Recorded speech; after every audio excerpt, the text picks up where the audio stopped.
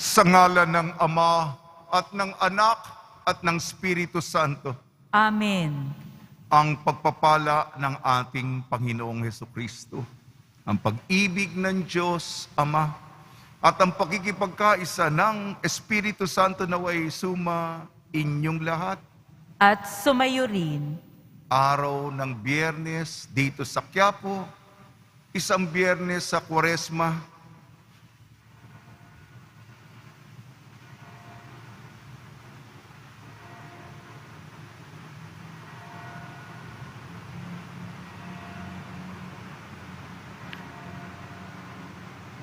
tinatawag po tayo sa diwa ng banal na panahon ng Kwaresma na tayo'y magsisi, magtika, lalo pang magdasal, lalo pang tumulong, lalo pang tanggihan, magtimpi, tanggihan ang sarili, ang hilig nito, upang mapalapit sa Panginoon, upang lalo siya makilala.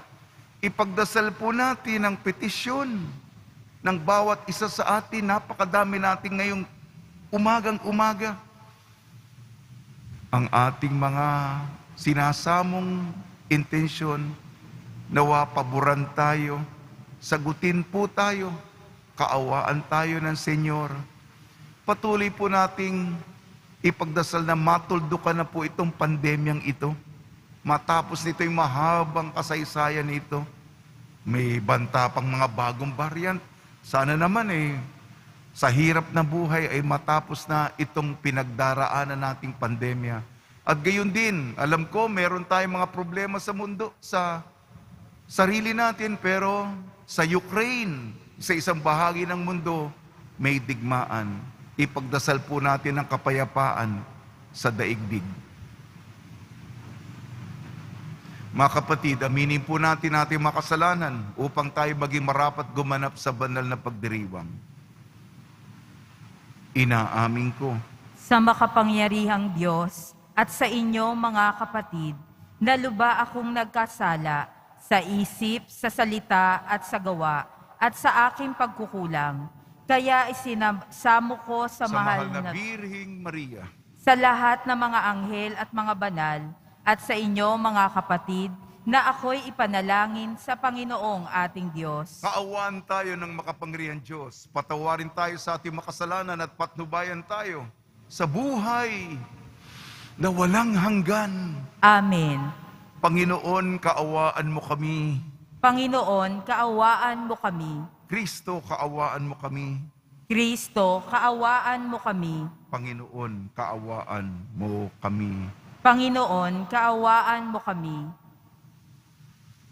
Manalangin tayo.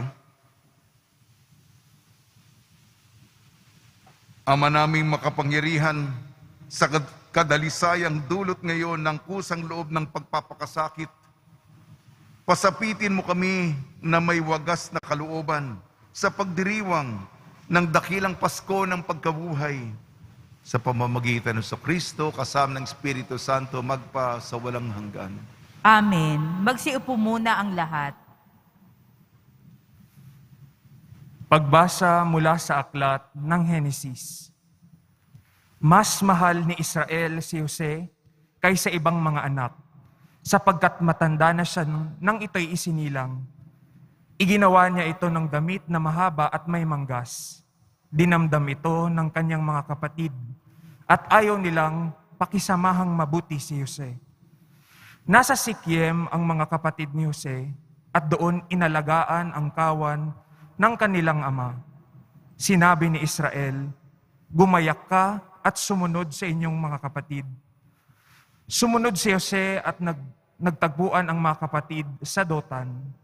Malayo pa siya'y natanaw na ng mga ito. Nagkaisa silang patayin siya. Sinabi nila, "Ayan na ang mapanaginipin.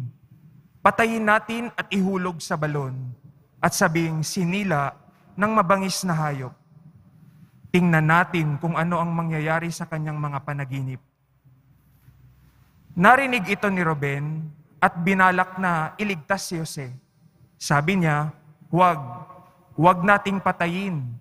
Huwag natin siyang pagbuhatan ng kamay. Ihulog na lamang natin sa balon. Sinabi niya ito sapagkat ang balak niya ay iligtas ang kapatid. Paglapit ni Jose, hinubdan nila ito at inihulog sa isang tuyong balon. Habang sila'y kumakain, may natanaw silang pangkat ng mga Ismaelitang mula sa Galaad. Ang kanilang mga kamelyo ay may kargang mga gagawing pabango na dadalhin sa Ehipto. Sinabi ni Juda sa kanyang mga kapatid, "Wala tayong mapapala kung patayin natin ang ating kapatid. Mabuti pa'y ipagbili na lamang natin siya sa mga Ismaelitang kaysa ating saktan. Siya'y kapatid din natin, laman ng ating laman at dugo ng ating dugo." At sila'y nagkasundo. Nang malapit na ang mga mangangalakal, inihaon nila si Jose at ipinagbili sa halagang 20 pirasong pilak. At si Jose dinala ng mga Ismaelita sa Ehipto. Ang salita ng Diyos. Salamat sa Diyos. Gunitain ng malugod ang dakilang gawa ng Diyos. Gunitain ng malugod ang dakilang gawa ng Diyos. Sa lupain nila'y mayroong tagutom na ipinarating. Itong Panginoon, kung kaya, nagdahop sila sa pagkain. Subalit ang Diyos sa unahan nila'y may sugong lalaki. Tulad ng alipin, ibinenta nila ang batang si Jose. Gunitain ng malugod ang dakilang gawa ng Diyos. Mga paa nito'y nagdanas ng hirap nang ito'y ipangaw. Pati liig niya'y ipinagkwintas ng kolyar na bakal. Hanggang sa dumating ang isang sandali, siya'y subukin nitong Panginoon na siya'y nagngakong siya'y tutubusin. Gunitain ng malugod ang dakilang gawa ng Diyos. Ang kinasangkapan niya'y isang hari, siyang nagpalaya. Pinalaya siya nitong haring ito na namahala. Doon sa palasyong tahanan ng hari, pinamahala. Sa buong lupain, si Jose ginawa niyang katiwala. Gunitain ng malugod ang dakilang gawa ng Diyos. Magsitayo po ang lahat.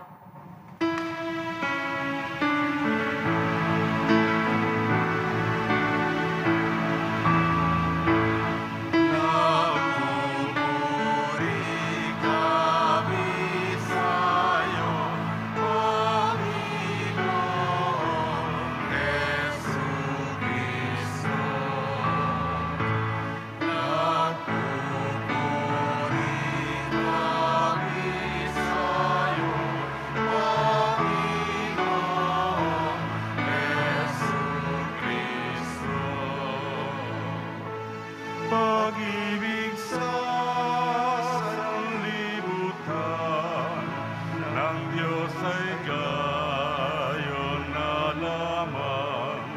Kanyang anak ibinigay upang mabuhay kailanman ang nararanig na tulad. Nagpupuri kami sa'yo, Panginoong Jesucristo.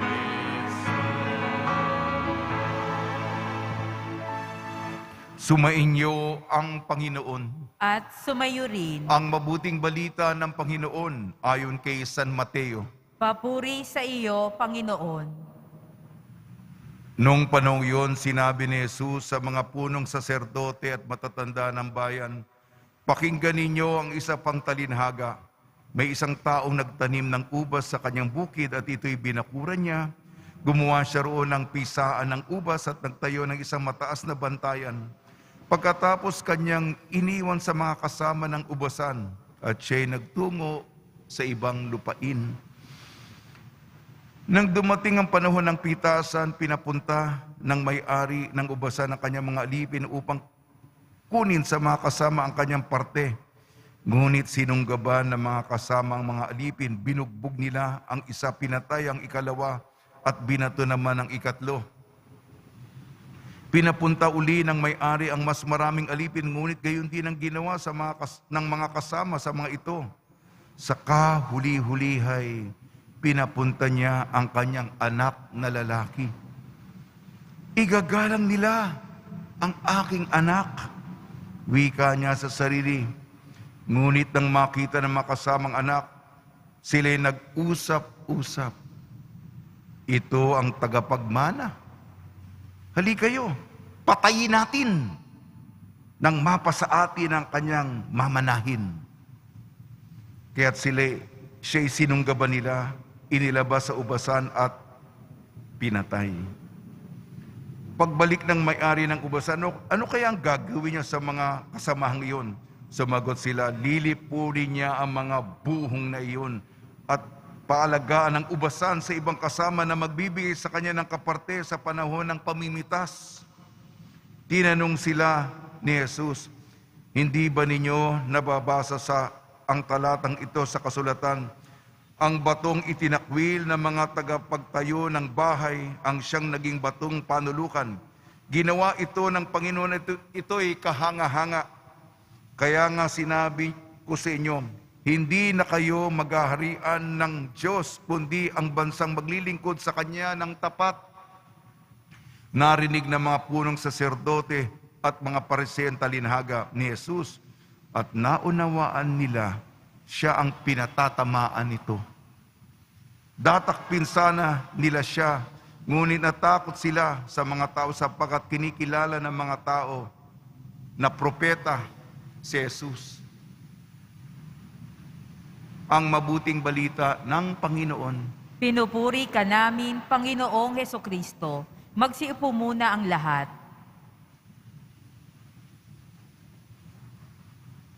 Ngayong Biyernes na mahalaga para sa ating komunidad dito sa Quiapo, binabati po namin kayo sa pagpapala, pagbibindisyon, pagbibiyaya, pagkakalob ng napakaraming grasya mula sa ating napakabait na Nuestro Padre Jesus Nazareno.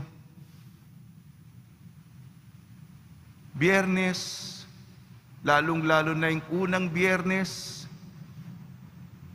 nagbabalik tanaw po tayo sa kamahal-mahalang puso ni Jesus. Sacred Heart of Jesus sa Ingles.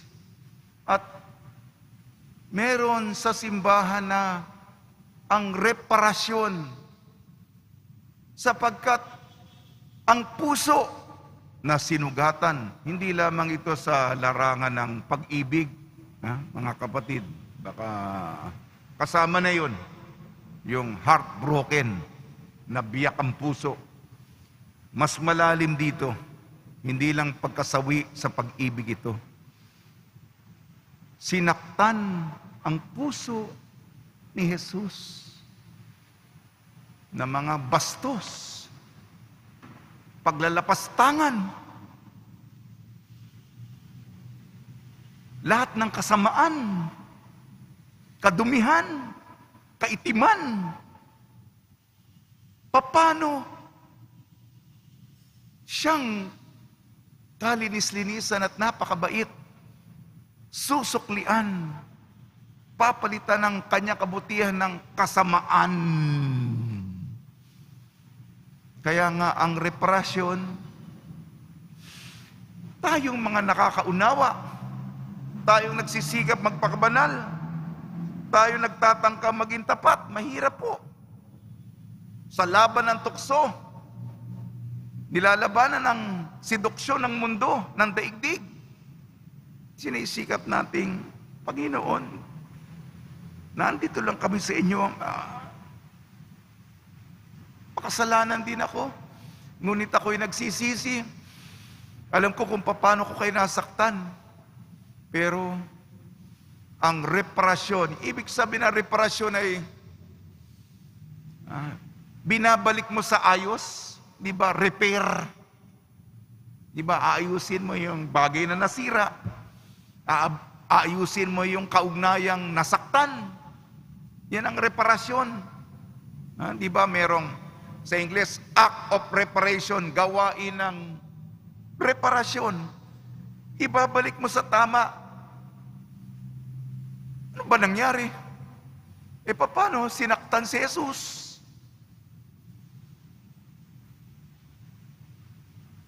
Masakit. Kayo, tayo. Balikan nyo yung mga damdamin nyo, nasaktan kayo. May edad na tayo. Sino ba dito hindi nasaktan ng kapwa-tao? Alam niyo ba yung lumuha? Alam niyo ba yung tumangis? Alam niyo ba yung umiyak? Alam niyo ba yung panaghoy? Alam niyo ba yung panglaw? Alam niyo ba yung hambal? Alam niyo ba yung lamentasyon? Mga malalalim na Tagalog ito. Iisa lang ang kahulugan. Sakit, hapdi, kirot na ginawa ng mga masasamang tao. Ang salita ng Diyos ay ukol sa tangka ng mga taong pumatay. May conspiracy, may pakikipagsabwatan, merong meeting, nagpulong. Ano yung agenda? Pagpatay ng tao. Sa Henesis, unang pagbasa, dahil sa inggit, sapagkat 12 ang anak ni Israel. Isa doon ay paborito niya si Jose. Kapistahan pa naman ni San Jose bukas. Siya'y nananaginip. Tingnan mo itong kapatid natin, itong nananaginip. Paborito ni tatay. Tayo? Paano tayo? Paano naman kami? Paano naman kami? Naiinggit. Napakagandang binigay na damit kay Jose. Nagpulong-pulong yung natitirang mga kapatid. Patayin natin. Alam niyo ba yung pagpaplanong pagpatay? Papatay ka. Hindi lang hindi lang pagmumura yan. Hindi mo lang gaganti ka. Hindi lang ito susuntukin mo. Pagpatay, pagkitil ng buhay. Yung hininga, wala na, hindi na hingid. Todas. Kapatid yan. At buti na lang yung panganay, si Ruben. Sabi ni Ruben, kasi siya, magkakasama sila eh. Hindi ba yung mayorhidad, yung nakararami, yun ang kwan, patayin natin to. Ngayon, sabi niya, ihulog na lang natin sa balon. At doon na lang siya mamatay. Sabihin natin may isang mabangis na hayop na pumatay sa kanya. Mawawala na lang. Pero ang isip ni Ruben bilang panganay, sasagipin niya ang kanyang kapatid kung umalis na. Yung nga, sige, tapon natin sa balon. At, pero sila titingnan talagang mamatay. Buti na lang yung si Huda, yung bunso. Mga kapatid, anong mapapala natin kung papatayin natin ang kapatid natin yan? Dugo ng aking dugo. Buto ng ating buto.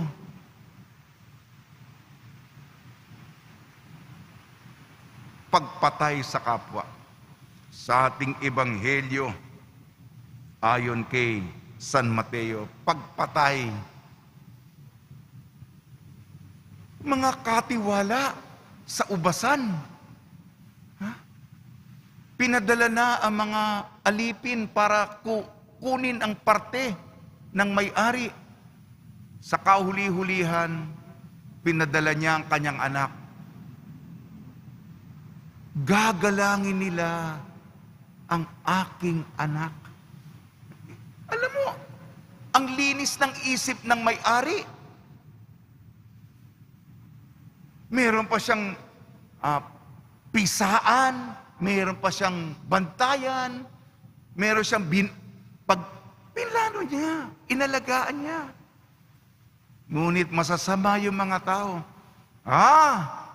Tingnan mo kung gaano kabaluktot yung pag-iisip nila. Yung pagpatay. Ito yung tagapagmana.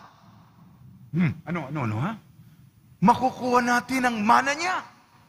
Ewan ko kung paano baluktot na pag-iisip makukuha mo yung mana. Sa masamang paraan. Pero ganun ang pag-iisip nila. Pagpatay ng isang tao. At patalinhaga lang ito, istorya lamang ito, ha? Pinapatamaan niya yung mga pariseo, iskriba, mga matatanda ng bayan. Ba? Pinapatamaan tayo, ha?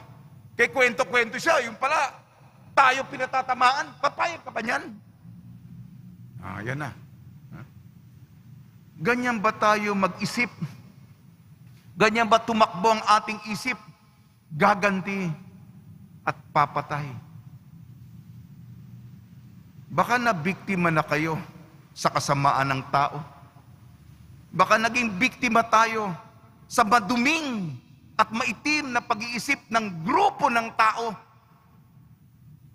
Ginawa nila yan kay Jesus na napakabait.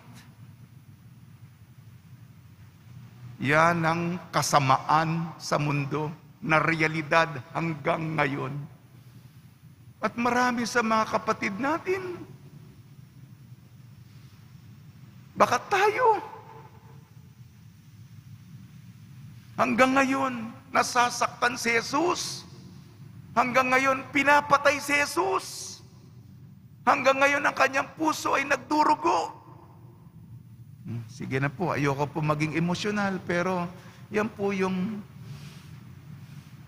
espiritu ng salita ng Diyos. Magsikap po tayong magbagong buhay. Magsisi po tayo sapagkat tayo rin ay masama din tayo.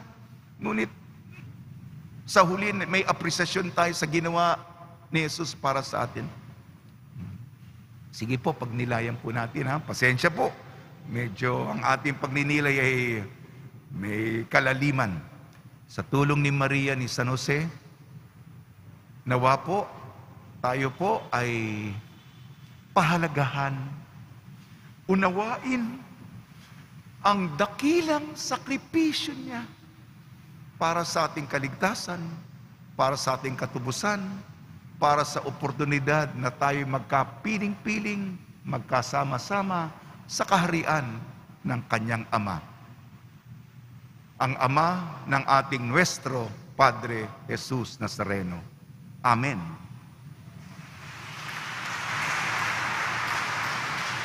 Magsitayo po ang lahat. Minamahal kong mga kapatid, habang pinagninilayan ang babala sa Ebanghelyo tungkol sa pangangailangan mamunga, ihain natin ang ating mga kahilingan sa Diyos Ama. Tugon po natin, Panginoon ng ubasan, pagpalain mo ang aming mga buhay. Panginoon ng ubasan, pagpalain mo ang aming mga buhay. Ang Santo Papa, naway makatanggap ng liwanag, lakas at tulong sa kanyang pag-akay sa simbahan sa panahong ito ng kahirapan. Manalangin tayo. Panginoon ng ubasan, pagpalain mo ang aming mga buhay. Ang ating mga isipan, naway mapuspos ng kapayapaan ng Diyos na naghahatid ng walang hanggang kagalakan at walang katapusang kaligayahan. Manalangin tayo. Panginoon ng ubasan, pagpalain mo ang aming mga buhay. Sa ating mga sariling buhay, naway makapagbigay tayo ng bunga ng pag-ibig, pagpapatawad, katarungan, at kapayapaan. Manalangin tayo. Panginoon ng ubasan, pagpalain mo ang aming mga buhay. Ang mga may sakit at nagdurusa, naway hindi panghinaan ng loob sa gitna ng kanilang dinaranas na pagsubok at sa halip ay palakasin ng salita ng Diyos. Manalangin tayo. Panginoon ng ubasan, pagpalain mo ang aming mga buhay. Ama naming nasa langit, nagpapasalamat kami sa iyo para sa iyong tapat na pag-ibig. Idinadalangin namin ito sa pamamagitan ni Kristo na aming Panginoon. Amen. Magsiupo po ang lahat.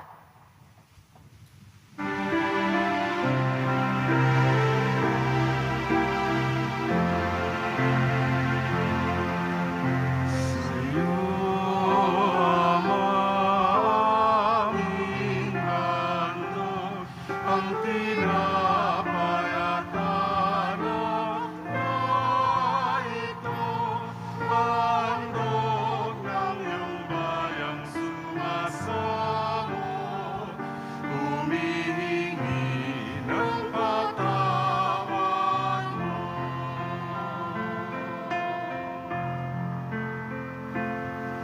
Sa pagsunod sa utos mo, nalulugod ang langis, di masukat ang galak ko, pagkat aking iniibig. Sa'yo, Ama, aming handog, ang tinapay at alak na ito, handog ng iyong bayang sumasamo, humihingi ng katawan mo. Magsitayo po ang lahat. Manalangin kayo mga kapatid upang ang ating paghahain ay kalugdan ng Diyos amang makapangyarihan. Tanggapin nawa ng Panginoon itong paghahain sa iyong mga kamay, sa kapurihan niya at karangalan, sa ating kapakinabangan at sa buong sambayanan niyang banal. Ama namin lumikha, pangunahan nawa kami ng iyong kagandahang loob sa aming paghahain bilang iyong mga lingkod, upang sa matapat na pamumuhay kami maitaguyod sa pamamagitan ng Kristo kasama ng Espiritu Santo magpasawalang hanggan. Amen. Sumainyo ang Panginoon. At sumayo rin, Itaas sa Diyos ang iyong puso at diwa. itinaas na namin sa Panginoon. Pasalamatan natin ang Panginoong ating Diyos. Marapat na siya ay pasalamatan. Ama namin makapangyarihan, tunay nga marapat na ikaw ay aming pasalamatan sa pamamagitan ng Kristo na aming Panginoon. Minarapat mong ang pagtitiis para sa naghihirap ay maging tagapagpahiwatig ng pasasalamat na aming inihahain ngayon sa iyong hapag. Ang iyong anak ay ulirang tagabigay ng pagsasaluhan sa mga nagugutom at mga nauuhaw. Sa pagsunod namin sa giliw mong anak, ang pagkamawain mo ay aming ginaganap upang ang pag-iimbot ay mapawing lahat sa aming pagugali at gawaing binabalak. Kaya kaisa ng mga anghel na nagsisiawit ng papuri sa iyo, nang walang humpay sa kalangitan kami nagbubunyi sa iyong kadakilaan.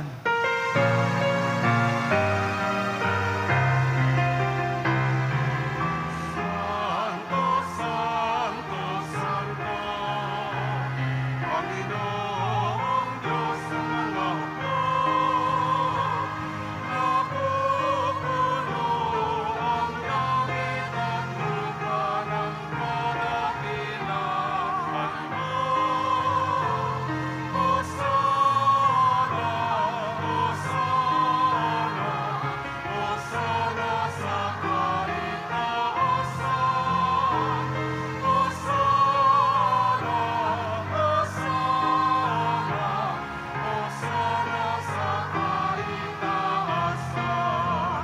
Pinagpalang naparirito sa ngalan ng Panginoon. Hosana, Hosana, Hosana sa kaitaasan. Hosana, Hosana, Hosana sa kaitaasan. Magsiluhod po ang lahat. Ama naming banal, ikaw ang bukal ng tanang kabanalan, kaya sa pamamagitan ng Espiritu, gabi mong banal ang mga kaloob na ito, upang para sa amin maging katawan at dugo ng aming Panginoong Jesucristo. Bago niya pinagtiis ang kusang loob na maging handog, hinawakan niya ang tinapay, pinasalamatan kanya, pinaghati-hati niya yun, iniabot sa kanyang malagad at sinabi, "Tanggapin ninyong lahat ito at kanin, itong aking katawan ay hahandog para sa inyo."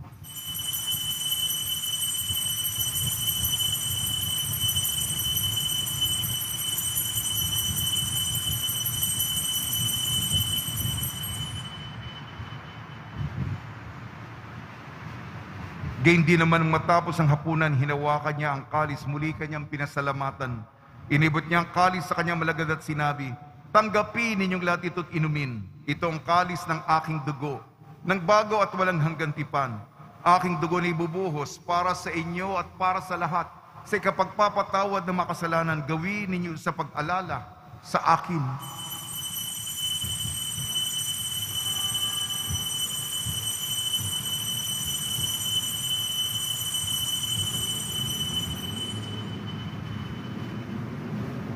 Magsitayo po ang lahat.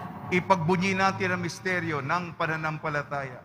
Si Kristo'y namatay, si Kristo'y nabuhay, si Kristo'y babalik sa wakas ng panahon.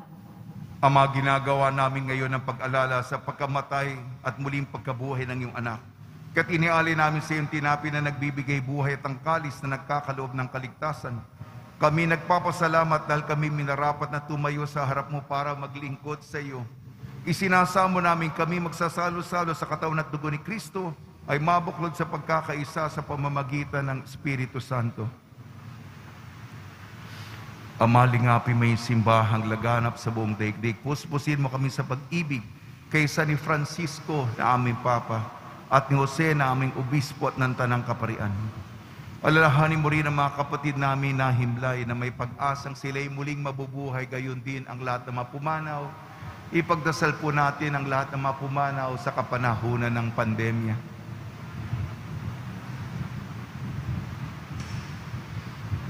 Kaawaan mo sila at patuloyin sa iyong kaliwanagan. Kaawaan mo at pagdapating kaming lahat na makasalo sa iyong buhay na walang wakas kaysa ng mahal na Birhing Maria na Ina ng Diyos, Nuestra Señora de la Buena Hora, ng kabiyak na puso niyang si San Jose kaysa ng mga apostol, San Cirilo ng Jerusalem, ni San Juan Bautista at ng lahat ng mga banal na namuhay dito sa daigdig ng kalugod-lugod sa iyo. May pagdiwang nawa namin ang pagpupuri sa ikararangal mo sa pamamagitan ng anak na aming Panginoong Jesucristo. Sa pamamagitan ni Kristo, kasama niya at sa Kanya, ang lahat ng parangal at papuri ay sa iyo, Diyos amang makapangyarihan, kasama ng Espiritu Santo, magpa sa walang hanggan.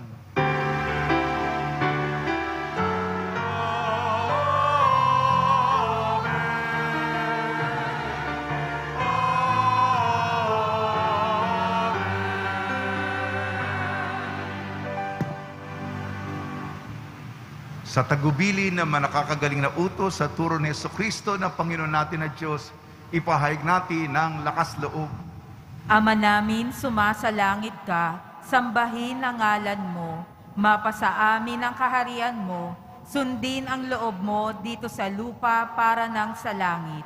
Bigyan mo kami ngayon ng aming kakanin sa araw-araw at patawarin mo kami sa aming mga sala, para ng pagpapatawad namin sa nagkakasala sa amin. At huwag mo kaming ipaintulot sa tukso at iadya mo kami sa lahat ng masama. Hinihiling namin kami iadya sa lahat ng masama, pagkalooban ng kapayapaan, araw-araw iligtas sa kasalanan at ilayo sa lahat ng kapahamakan. Samantalang aming pinananabikan ang dakilang araw ng pagpapahayag ng tagapagligtas naming si Jesucristo. Sapagkat iyo ang kaharian at ang kapangyarihan at ang kapurihan magpakailanman. Amen. Panginoon Jesucristo, sinabi mo sa iyong mga apostol, kapayapaan ang iniiwang sa inyong aking kapayapaan, ibinibigay ko sa inyo. Tungyan mo ang aming pananampalataya at huwag ang aming mga pagkakasala. At pagkalooban mo kami ng kapayapaan at pagkakaisa yun sa iyong kalooban, kasama ng Espiritu Santo, magpasawalang hanggan. Amen. Mga kapatid, mga kaibigan, sumainyo po ang kapayapaan ng ating Panginoon. At sumaiyo rin. Magbigayan po tayo ng kapayapaan sa isa't isa. Kordero ng Diyos na nag-aalis ng mga kasalanan ng sanlibutan, maawa ka sa amin. Kordero ng Diyos na nag-aalis ng mga kasalanan ng sanlibutan, maawa ka sa amin. Kordero ng Diyos na nag-aalis ng mga kasalanan ng sanlibutan, ipagkaloob mo sa amin ang kapayapaan. Magsiluhod po ang lahat.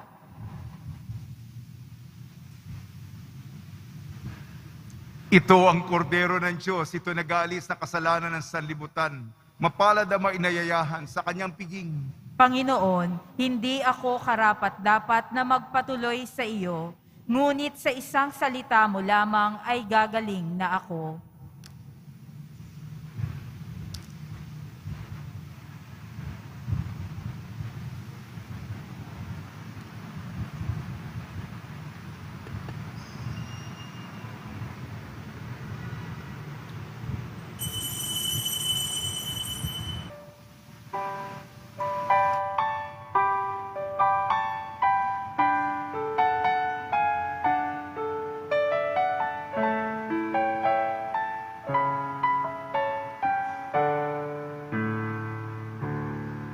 Masdan mo, O Diyos, ang lingkod mo,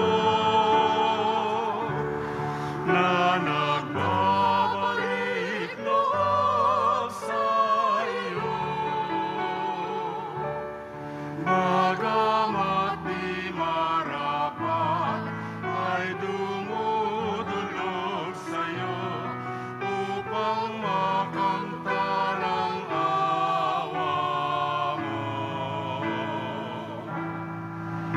Ang diwa ko'y naninindig kung malayo sa'yo.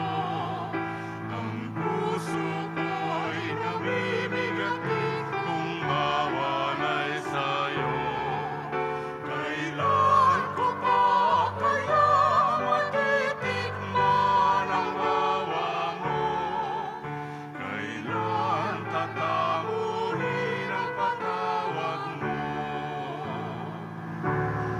Kay tagal kong nalayo sa'yo, at kay daming mga taong sinaktan ko, at ang siyang inisip ko ay kaginhawaan ko, iningi sa kapwa puso ko. Ang diwa ko'y naninindig kung malayo sa'yo. Ang puso ko'y namimigati kung mawalay sa'yo. Kailan ko pa kaya matitikman ang awa mo? Kailan tatamuhin ang patawad mo? Kaya nga, O Diyos, kalugdan mo ang pagbabalik loob ko sa'yo. Diwa ko'y linisin mo, puso ko ay buksan mo, upang matugunan tawag mo. Ang diwa ko'y naninindig kung malayo sa'yo. Ang puso ko'y namimigati kung mawalay sa'yo. Kailan ko pa kaya matitikman ang awa mo? Kailan tatamuhin ang patawad mo? Kailan ko pa kaya matitikman ang awa mo? Kailan tatamuhin ang patawad mo?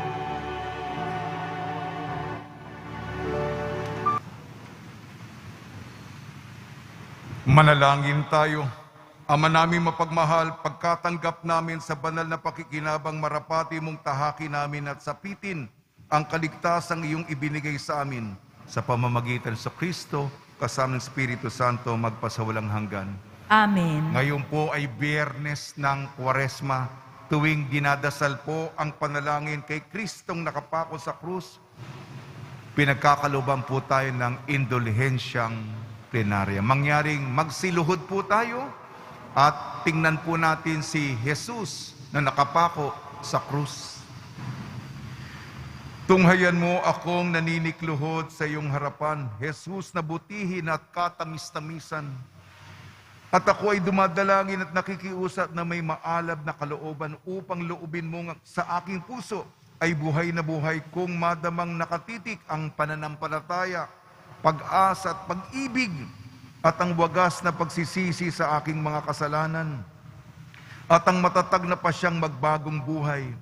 Samantalang nababagabag ang aking loob at nalulungkot ako sa pag-iisip at pagsasalob ng iyong 5 mga sugat habang aking binabakas ang pangungusap na iyong inilagay sa bibig ni David na propeta mo para kanyang maipahayag tungkol sa iyo, Jesus na butihin. Mga kamay ko at paay pawang binutasan. Ang mga buto ng katawan ko sa masid ay mabibilang. Mangyaring tumayo po tayo. Pagbabasbas sa mga deboto ng kanilang mga kahilingan at dasalan, mahal na pong Jesus Nazareno, inieg mo sa pamamagitan ng krus ang walang maliw na pag-ibig ng Diyos sa sangkatauhan. Pakinggan mo ang kahilingan niyo ang nagsusumamo sa iyo. Makamtanawa nilang yung katugunan at tanggapin na kasagutan na may utang na loob na tinatanaw. Basbasan din po yung mga daladala nila mga imahin at dasalan. Sa pamamagitan ng bendisyon ito, naway maalala ng mga pangakal sa binyag na ikaw ni ibig at paglilingkuran bilang Panginoon, magpasawalang hanggan. Amen. Sumainyo ang Panginoon At sumayo at rin pagpalain kayo ng makapangyarihan Diyos, Ama, Anak at Espiritu Santo. Amen. Paglayin ninyo sa inyong pag-alis ang kapayapaan ni Jesucristo. Salamat sa Diyos.